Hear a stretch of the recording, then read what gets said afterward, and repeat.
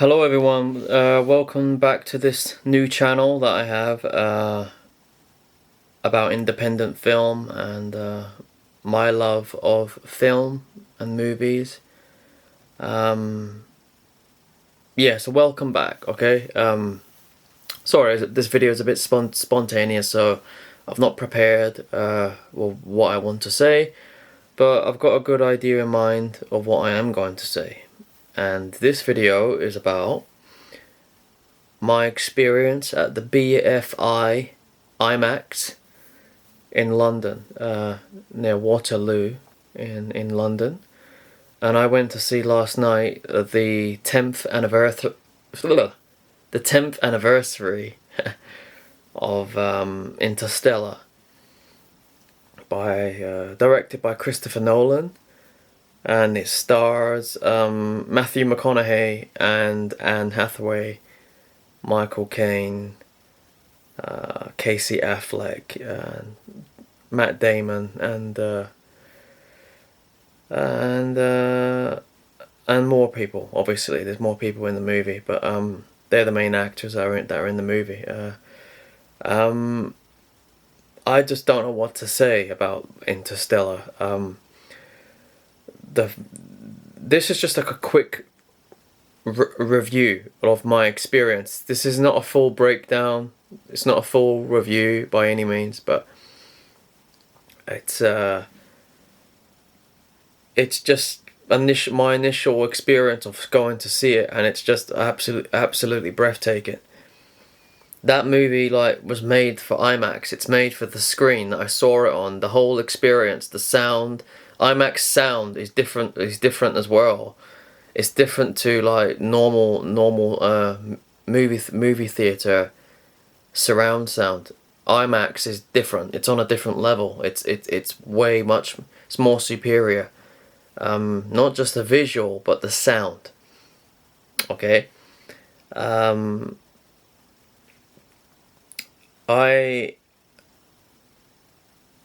I saw the movie years ago, but only once. But I watched it at home.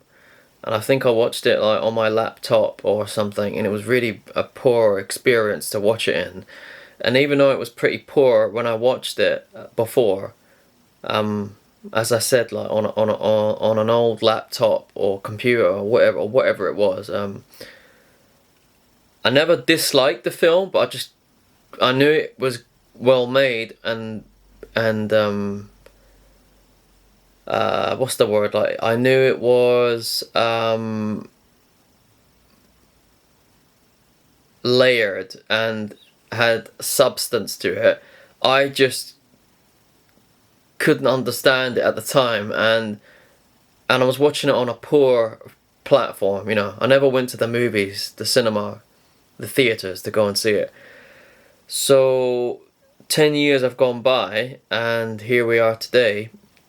And I actually went to see it yesterday on the Friday, the 27th of December, 2024. And honestly, man, I was just fucking blown away. Forgive me, excuse my language, but I was just absolutely blown away. The room was vibrating from the surround sound, from the audio, combined with the visual that you see on the screen.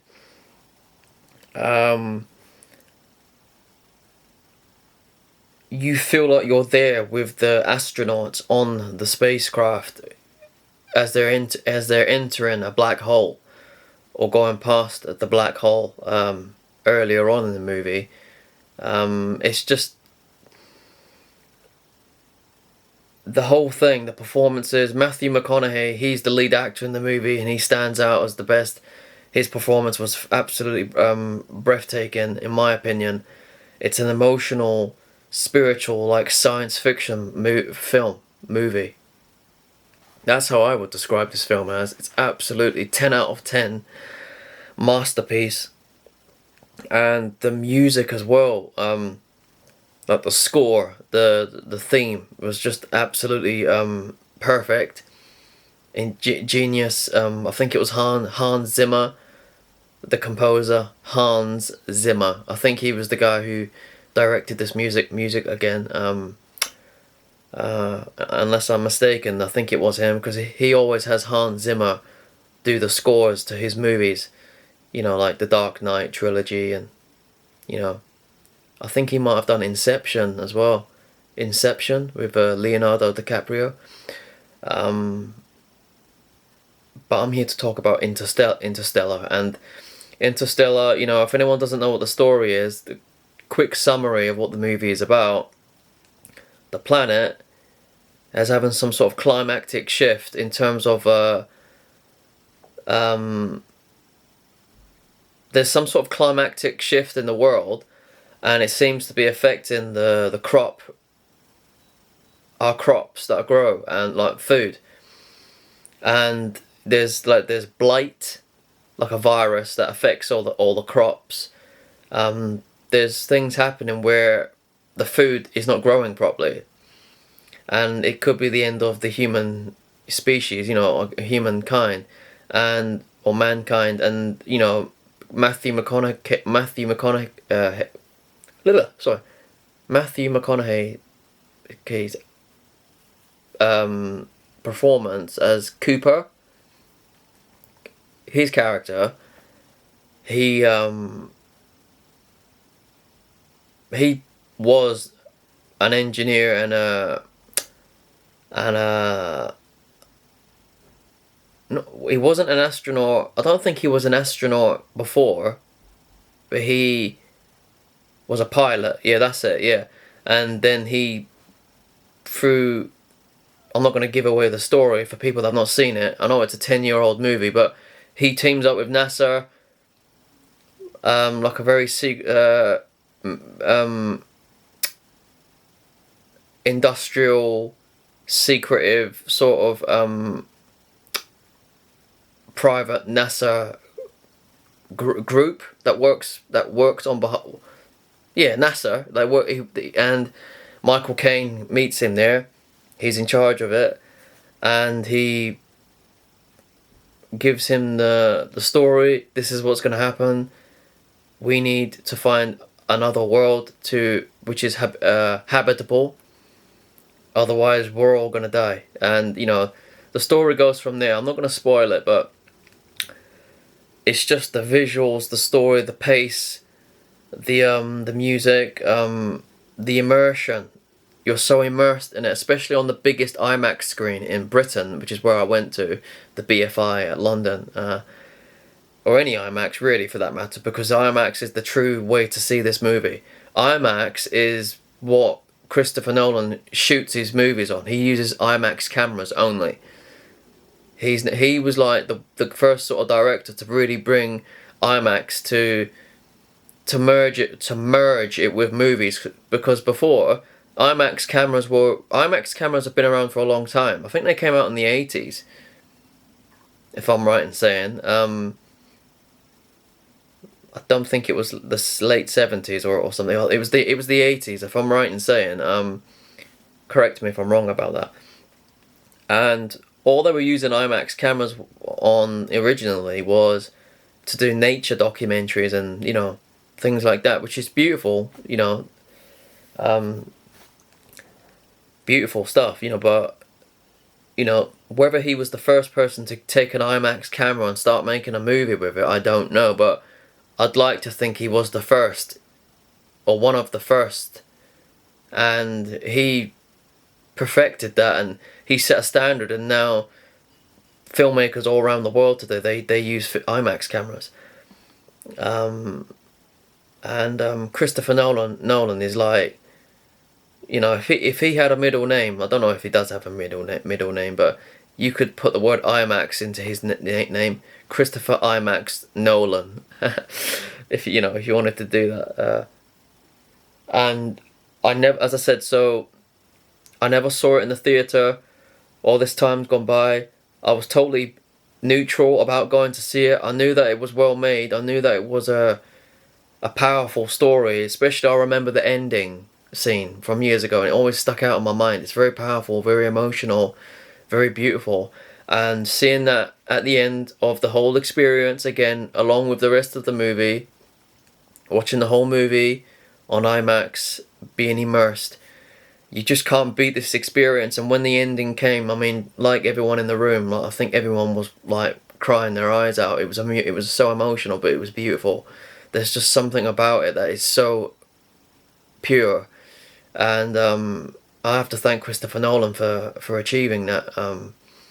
I give thanks to him for the whole movie. You know, if anyone's watching this who had any part in Christopher Nolan's movie Interstellar, whether you're any of the main cast that might be watching this video, I doubt it, but you never know. YouTube is available to everyone, so you never know.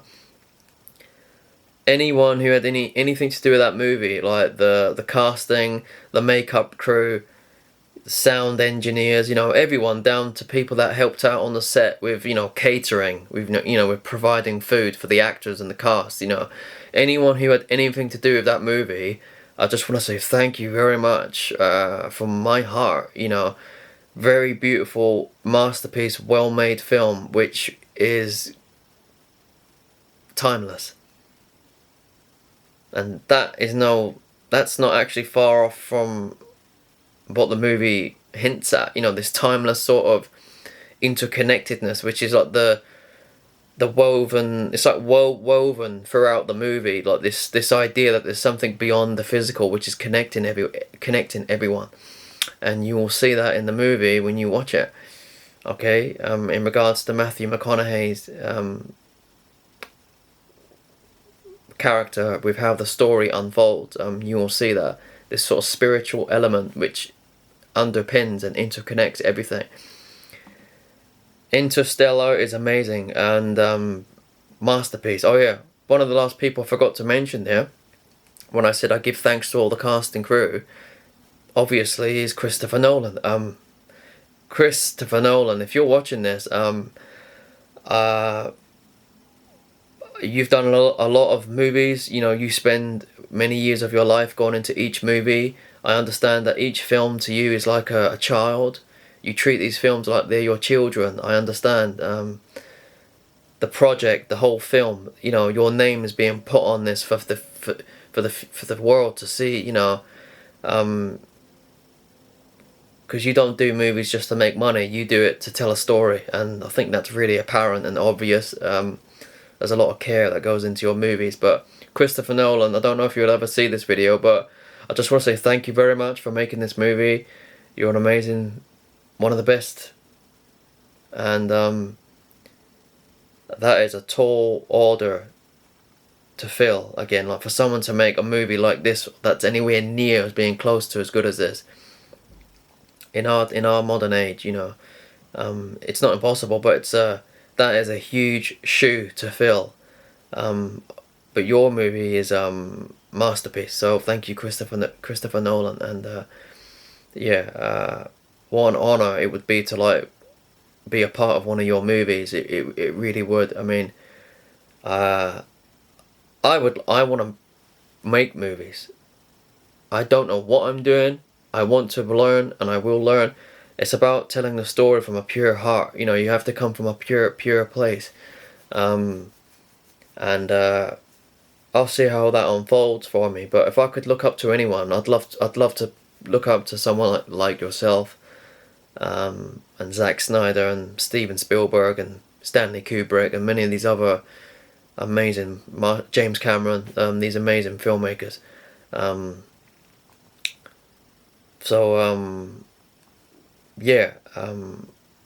end this video now on that message. So, Interstellar, 10-year anniversary, IMAX experience. Was it worth it? Yes. Will I go again if this gets played again at the Imax at the BFI in London? Will I go again whenever that next opportunity is? Yes. It's absolutely breathtaking, and it's just so emotionally perfect.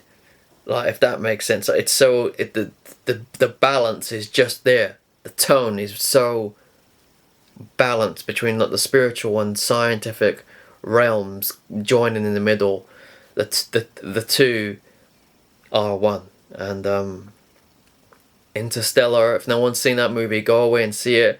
You're not wasting your time. You might need to watch it a few times in order to grasp what the story might be showing you, but hopefully one viewing will be quite sufficient, and that will be enough for you to feel a connection to it, like how I do. So, but yeah, Interstellar is an absolutely amazing masterpiece story, and it will be forever like appreciated. So, on that note,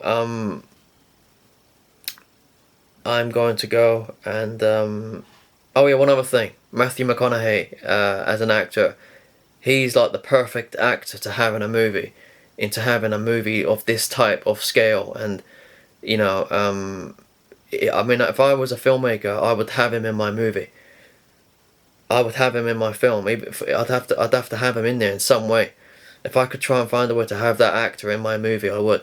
He's one of a kind. Anyway, just thought I'd say that, and the rest of the cast were phenomenal as well. Anne Hathaway, amazing. Michael Caine, Jessica Chastain, I think she's in the movie. In the movie, yeah. She plays Murphy, Cooper's daughter, Matthew McConaughey's character's daughter. Anyway, Interstellar, masterpiece. Go see it. Go and watch it on demand, whatever, on Netflix or wherever you can see it. Get your hands on it and watch it now. Okay? Thanks everyone, and I'll see you next time. Bye.